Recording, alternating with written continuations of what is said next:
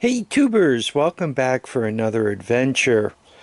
So this is that 200M that I paid too much money for, and it appears as if somebody really roasty toasted this thing up badly. If you check the crankcase, you'll see that it's low on oil. And I think what they did is they just ran this thing screaming down the road with no oil in it. They drove this until there was nothing left. It didn't, well, I'm going to say it didn't seize, but there's melted aluminum to the walls right here. I think I could hone it and actually clean it up and bring the jug back, right? The cylinder walls back. The head actually looks good. I'm pretty sure this piston is toast. But the rest of the engine really looks pretty good. I need a parts donor engine, so hopefully I cleared enough of the bees out where you guys won't get to see me dancing. But I'm looking at this guy right up here. It appears there's a piston with rings on it all ready to go. I try not to take engines apart any further than they're already taken apart. I try to leave them as complete as possible. So I'm just going to grab that piston and we'll go. Here's the donor engine from the shed. It's got a electric starter clutch on it. Oops, wrong side. There we go. It has an electric starter clutch on it. Looks like somebody was nesting in there. The starter clutch is seized. As a matter of fact, the whole thing isn't turning, and it appears this is jammed in there. So I'm going to take that out. I probably bought this as a parts engine and borrowed the top off of it. Maybe not. Maybe I ended up with it just like this and just put it aside. For me, I hoard parts. Whenever I could get them, I get them. So, you know what? I probably got it like this. I probably bought it like this. So, anyway, we're going to recycle this piston. We're going to clean up this bore. And we're going to see if we can't make this run. This is a repair and not even a good one. I do not recommend this. If you're going to do this right, you should at the minimum have a matched piston and bore. You should really tear the whole thing apart, hone it, measure it, and do all those great things. But this is a 200E motor. This is a 200E motor, right? Once again, electric starter and all. So I'm just going to slap that piston in there and hope for the best. This piston got so hot that it's all distorted where the wrist pin is. I managed to get the wrist pin out on this side, but it's distorted, pushing the pin up against the other side. And on this side, I just can't get the wrist pin loose. So this whole thing really is becoming ugly. I mean, when you got to take out a grinder to do this work, you know you're working on ugly. I put a rag such that I don't put all these metal particles into the engine. I'll stuff that up also. Yeah, this is one ugly job. So here's the head off this machine. And it appears good, right? The valves are seating and so forth. All that's real nice. But you can see it also has a broken exhaust stud. And I tried grabbing it with vice grips to spin it out, and it's having none of that. That means I got to try one of two things. Either I could take a nut and put it on there and try the weld and spin it out. I've had no luck with that. I mean, maybe you guys have had more luck with that than I have.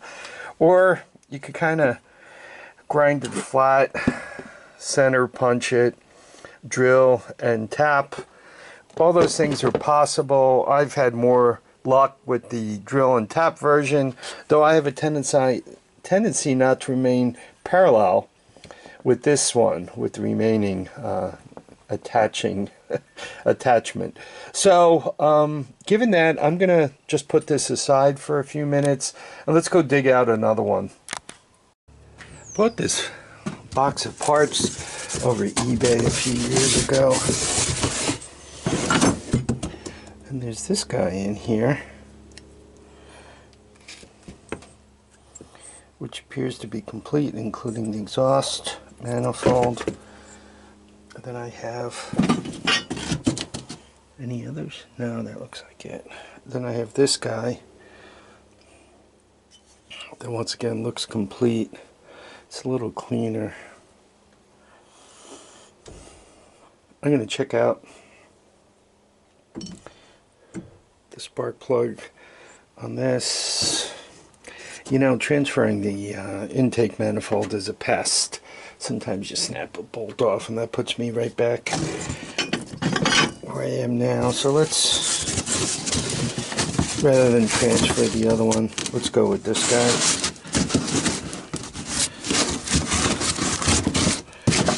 So there we are.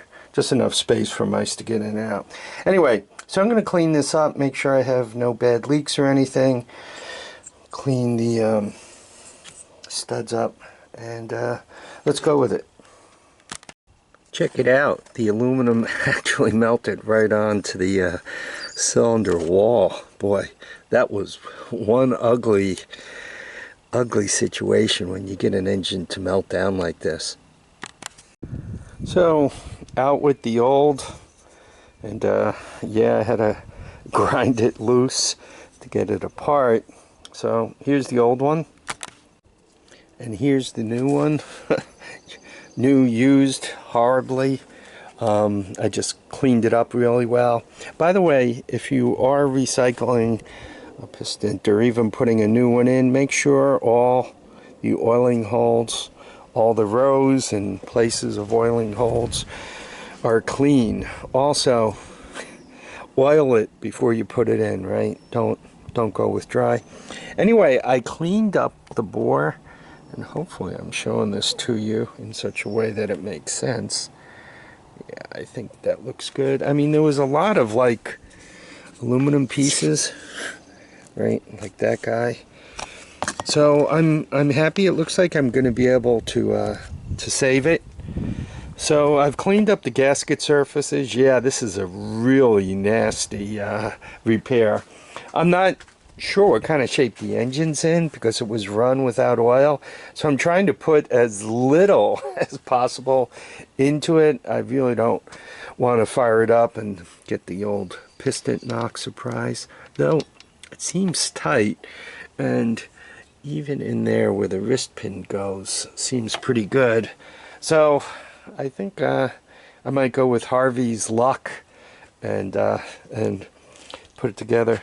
Some of my some people who do YouTube for a living, they do stuff like raffle this off or sell this stuff off. I don't know. It's probably going to go into the scrap aluminum bin. The piston is back in. You want the word in going toward the carburetor. You want to make sure your clips seat completely and properly. You want to be careful that you don't get loose from you. This is a recycled piston, so you want to be sure there are clips on both sides, right? Somebody who worked on another engine before you did might have messed things up. So those are things that are important. Remember, clean, clean, clean, clean, clean. You want to be as clean as possible. I jumped the chain off the lower sprocket on the crank, and I turned this around to make sure it's all moving well. I squirted oil in there to make sure that's good. And lastly, you see the gaps in your rings? Make sure they don't line up with that, and make sure they don't line up with each other. Like if you have one here, somewhere around, what is that, the 7 o'clock position, then you kind of want to put one up here and one over here, right, so that none of the ring gaps match up. I'm hoping this thing could develop enough compression to run, and I'm hoping, right, I don't seem to have weeble wobble to the side, or when I go to rotate it. By the way, and I oiled everything on down there, right? So I'm thinking this engine might be okay. So for sliding the jug on, top dead center, and you kind of wiggle it, and eventually it'll settle on one side. Now you have the gap. Let's put the gap where it belongs, right there. Then you kind of work it in with a little piece of wood or something like that, right? You really don't want to scratch things up. We have the timing chain on the sprocket, on the crank sprocket. You really want to make sure that's there. You don't want to forget to put the guides in. You kind of need like 4 hands as you're doing this, because you got to kind of guide the guides, the chain guides. You got to kind of get the chain through while not dropping it off the sprocket. At the same time, you're putting the jug on and pushing the rings in. So, and just to make it a little more interesting, you want oil all over the place so that when you fire up the engine, it's not dry. Anyway, successfully I did all that. Notice I didn't do it on camera, right? It keeps the blue language off the media. As you're putting it together, pay attention. Remember, I'm doing a mix and match Frankenstein monster here. So there are 3 pins that hold the head to the jug and align things. On one of the other engines I was messing with, wasn't sure if 1 or 2 or 3 and all that. You know, I left the O-ring from the old head gasket in there. I oiled the old head gasket, so I did all of that right, and there are 3 pins. Once again, back to the mixing and matching parts. If there was a pin in the head and 3 in the jug, as you go to settle things down, right, it's not going to sit. It's going to sit on the pin, and then you're going to be wondering what you did wrong. So make sure you count. Once again, I'm changing the head. Do notice 1, 2 pins, and the skull cap has 0. So that'll go right on. We're to the point where it's time to put the cam in. Oil, valves, everything else. Top dead center, so you pay attention to that. That way the lobes are down, and keep making sure your chain stays on the sprocket. It's a little easier to do with the wire because you kind of put things up, and the guides are in, right? That bolts on. When you put this on, don't forget to put the washer underneath it, right? If you don't put the washer underneath it as you're tightening this, you're really not torquing it right, because you got the friction as you're driving it into the aluminum. I'm not a torque wrench kind of guy. I kind of have a feel from doing this for the last 100 years, but you know, there are torque specs and one should follow them. Believe it or not, we're kind of coming into the home stretch of checks, and now it's just a matter of a lot of bolts. Okay, top dead center, aimed up, and if I slide that out, you could see how that goes right on the pin. Both lobes down. I have the vice grip keeping it from pivoting up. So everything is where it belongs. I just need to get a bunch of oil in there and get the skull cap back on, right? I'm going to drool oil down the chain. I'm going to make sure the cam's all oiled up. I already oiled up that bearing. Now I got to oil up this one, right? Top of the valves, all that stuff. I'm going to turn it over a little bit before I attempt to start it, obviously, just to kind of move that oil around and all, so it doesn't immediately foul the plug. But this will be running very soon. When you're putting the top of the engine on, there's like 1,000 things you need to catch, right? You got to make sure these are in the right place and they're adjusted properly, right?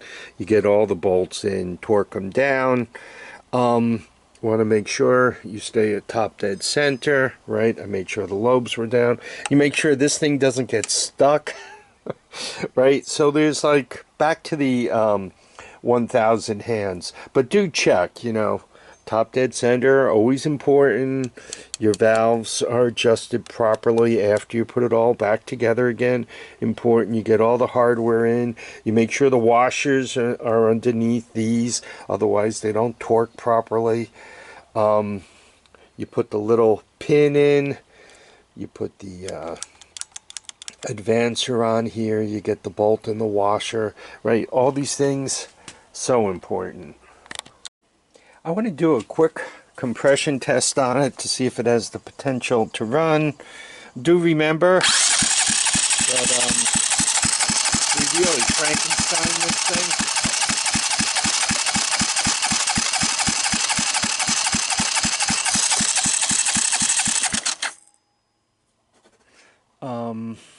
Right, the head was from a junk box. The cylinder bore, we we honed it, but it was still pretty ugly looking. The piston was from a you know, just another junker. So it's coming in, I don't know, what is that, just under 70.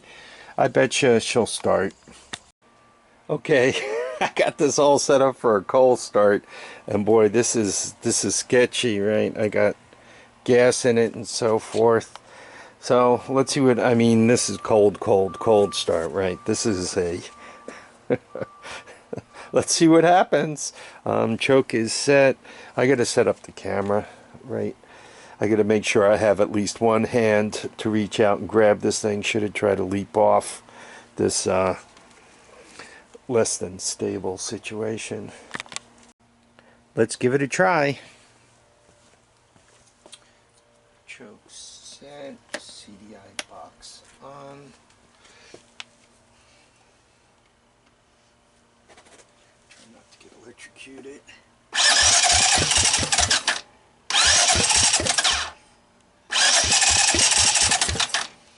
Sounds promising. I'm going to give it a little more idle. This thing hasn't been started, so I'd rather have a hand free so I can grab onto it. Let's turn that down one click.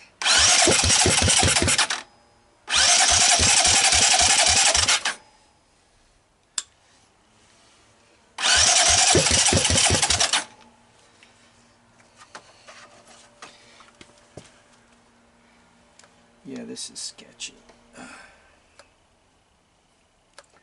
Well, that's all I could give it. So I got to throttle it one hand.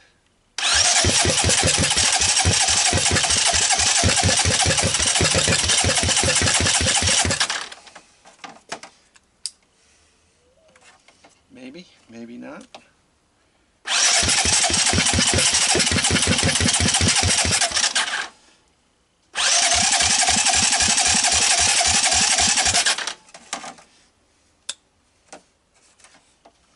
Maybe not.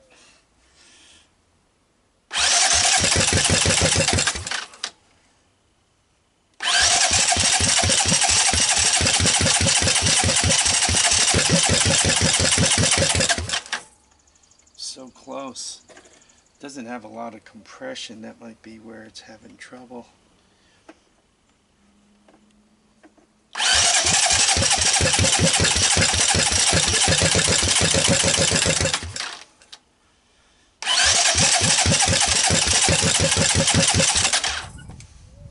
Like it kind of won't grab.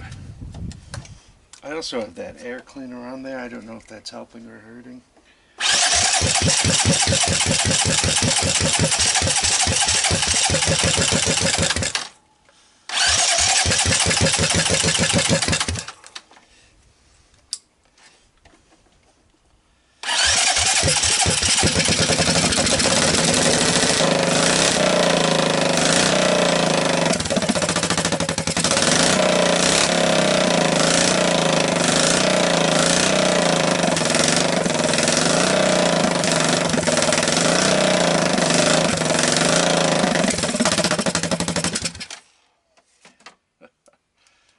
We did it.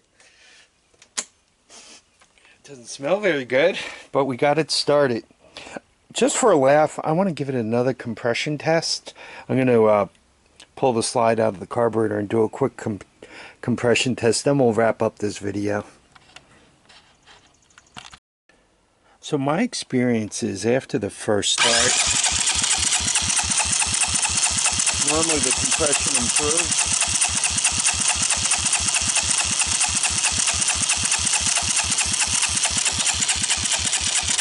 So I'll take 90. Obviously, it needs to run in a little bit more, and I think it'll be good. So this was a little sketchy, but it started right up. I happen to like this engine's got like a nice little run to it. It sounds good. I only have a partial exhaust pipe on there.